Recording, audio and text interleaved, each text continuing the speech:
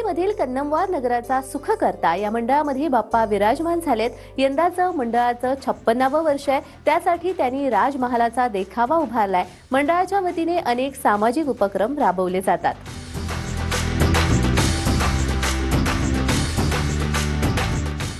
तर आता मी आलेली आहे विक्रोळी मधल्या सार्वजनिक उत्सव समिती या मंडळामध्ये।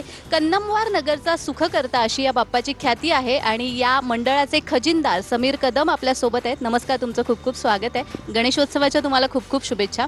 यंदाचं काय वैशिष्ट्य आहे? यावेळी आम्ही राजमहल उभारलेला आहे आणि सर्व भाविकांना गणपतीच्या पायाशी जाऊन दर्शन घेता येईल याची व्यवस्था केलेली आहे। मंडळातर्फे बरेच उपक्रम राबवले जातात, त्यापैकी काही महत्त्वाचं असं की नाशिकला एक आधारतीर्थ नावाची संस्था आहे, जिथे ज्या शेतकऱ्यांनी आत्महत्या केलेली आहे त्या शेतकऱ्यांची जी अनाथ मुलं आहे त्यांना एक ती आधारतीर्थ संस्था त्यांचं पालनपोषण करते। तर त्या आधारतीर्थ संस्थेला जवळजवळ 6 ते वर्षभराचं धनधान्य किंवा ज्या गरजेच्या वस्तू आहे, मुलींसाठी ज्या गरजेच्या वस्तू आहेत त्या मंडळाने पुरवण्याचे योजिले आहे। गेल्या वर्षीही त्यांना आम्ही मदत केली होती, तर यावर्षी तो संकल्प पुन्हा केलेला आहे। अगदीच खूप सुंदर स्तुत्य उपक्रम आहे।